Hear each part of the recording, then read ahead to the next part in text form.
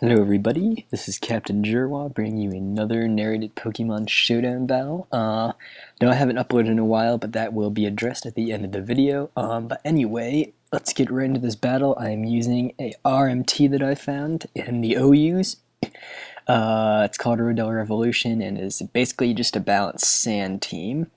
And this is especially defensive Rotom, which is actually really good for sand teams because it can counter rain teams just like my opponent has, so that's good. And my makeup prediction first turn go for the Will-O-Wisp on his Ferrothorn, which is really good, and I go into my Scarf Jirachi, and the way I brought it in, he kind of picked up on the fact that this is most likely an offensive Jirachi, probably Choice Scarf with Fire Punch, and he does indeed predict that and goes into his Politoed, which can take that like a beast, because not only is he defensive, but the rain is also up, which is going to weaken that.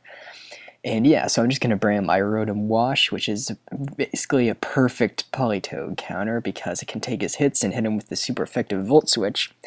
But since he is a very bulky Politoed, he can take that extremely well. Just go for the Toxic and get it on my Tyranitar, which is actually a Choppleberry Tyranitar, which I'm actually not too fond of. I'm probably going to change it to Leftovers because the lack of recovery really hurts it, because I don't know, just on a defensive thing I like having leftovers. So yeah, anyway, I go back into my Rotom as he double switches to Espeon, and I kind of thought the way he brought it in like that he would have had hidden power fighting, but spoilers, we don't even see that at all.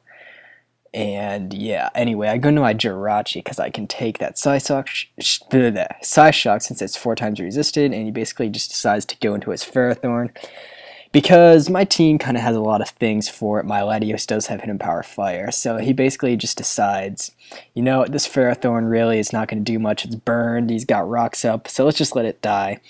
And that is exactly what happens, as my Banded Terrakion is just going to go for the overkill, that close combat. Excuse me. Yeah, Banded Terrakion is a beast. Anyway, he brings in his Politoed just to get the weather up and then switches to his Keldeo. And I really did not understand this play. I guess he was predicting some sort of double switch. I guess maybe to Tyranitar since I brought it in on it that last time, but I mean, I don't know. Anyway, gonna go to my Tyranitar on his Espeon as he goes for Psyshock, and here I really just should have stayed in, gone for the crunch, because there's really no reason not to, because it hits everything on his team, even his Jirachi.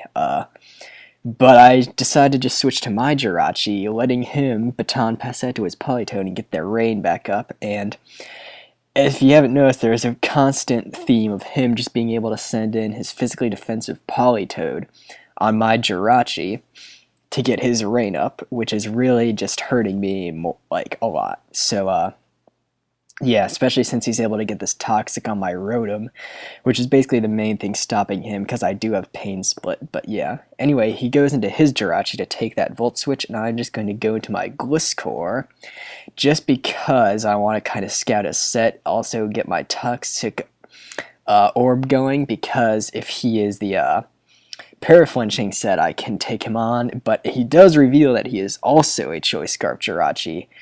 And yeah, so he just decides to switch out, and I really should have seen that coming. That switch was obvious. If I had gone for the Fling Toxic Orb there, this would have been a hell of a lot easier, I'll tell you that. But I end up in the situation of Jirachi versus Politoed again. I just decided to go into my Latios this time, since my Rotom is Toxic, and Latios also can resist the Water move and has good special defense. And I don't know what I was doing here, but going to Tyranitar just to get the sand back up. But, I mean, he can easily just U-turn out here into his Politoed again, which is exactly what he's going to do. So, yeah, we've got Jirachi versus Politoed again. And at this point, I was just sick of this. I was like, you know what? This isn't going anywhere. Jirachi is just going to need to make its last stand. It's going to do what it does best. It's just going to spam Iron Head. And that's exactly what I do. And he doesn't want to stay in just because he wants to keep his Politoed at high health. And that allows me to get off multiple Iron Heads. I get a crit flinch there because Jirachi is just such a hacks god, but he does win the speed tide there. Gets the U-turn out to his Tornadus, which we actually have not seen at all this entire match, funnily enough. But Rotom Wash, especially defensive, is going to live that Hurricane like a beast.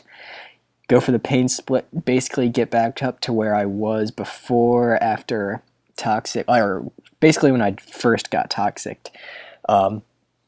Anyway, he's going to go for the Substitute as I Volt Switch. I don't really know what he was predicting there. I guess he was just, I don't know, I guess that's a good play, because that basically means I have to send in something else, and I Quick Attack, but he lives! No! Oh, man.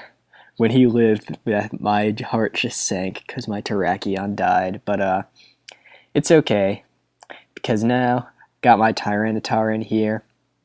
Just gonna go into my Gliscor, because even if he does decide to go for the Trick or the Ice Punch, it's really not too big of a detail. My Gliscor is really not gonna be able to do too much, and I know that, so this turn I'm just gonna stay in, go for the Fling. I really should have just done that earlier on the double switch, or not the double switch, on predicting the switch, because this Politoed has just, let's see, the time basically, his health has really not gone down that much at all since he took a Volt Switch from my Rotom at the very beginning of the battle, so that kind of tells you something. Anyway, I've just threatened him out with my Rotom and Volt Switch out to my Tyranitar and his Espeon.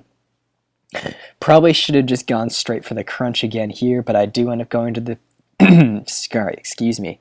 Do end up going for the Pursuit as he just stays in, because I guess he was predicting the Pursuit. And he really doesn't have anything better to go for. I guess he has like Sub, Baton Pass, Psyshock, and something. I don't know. But anyway, point is, I'm just going to be able to finish him off on the Double Down, which does mean, sorry, God, my throat, does mean I lose the Weather War, and that it's really looking bad for me, because basically, if he flinches me, I lose. But he doesn't flinch me. You can't really rely on flinches, because the one time you need them, you won't get it. Unless you get it. But yeah, anyway, since he cannot flinch my Rotom, the biggest threat to his team, this Rotom, is just going to be able to finish off his last two guys for a very narrow 2-0. That was a great battle. Hope you guys enjoyed it. I'm still on break now, but I should be back to regular uploads soon. So yeah, see you guys later.